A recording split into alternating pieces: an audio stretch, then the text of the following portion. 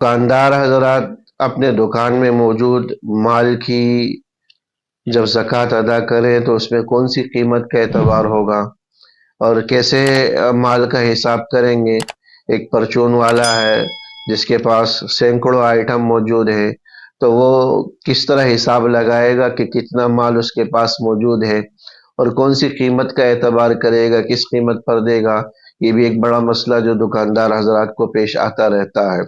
سب سے پہلے تو یہ ہے کہ حتی المقدور جو ہے ٹھیک حساب لگائے کہ اس کے پاس کتنا مال موجود ہے اور کتنی رقم کا مال موجود ہے، ٹھیک حساب لگا دے۔ اور اگر ٹھیک حساب لگانا مشکل ہو اور ٹھیک حساب لگانا ممکن نہ ہو تو ایسی صورت میں ایک اندازہ لگا دیا جائے، محتاط اندازہ لگا دیا جائے کہ اتنے لاکھ کا مال ہوگا یا اتنے پیسوں کی اتنی رقم کا مال ہوگا۔ محتاط اندازے سے بھی کچھ زائد کاؤنٹ کر لے۔ اور قیمت کون سی لگائے؟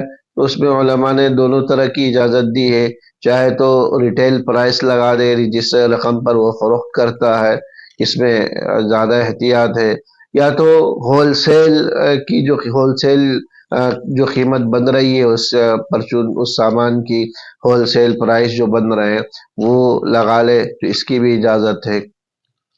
اور اسی طرح اس کی بھی اجازت ہے کہ اگر پورا مال ایک ساتھ فروخت کیا جائے، پورا اسٹاک ایک ساتھ فروخت کیا جائے تو کتنے میں بکے، اس قیمت کو بھی ملحوظ رکھتے ہوئے اس کے مطابق بھی اگر کوئی زکوٰۃ ادا کرنا چاہے تو اس کی بھی اجازت ہے۔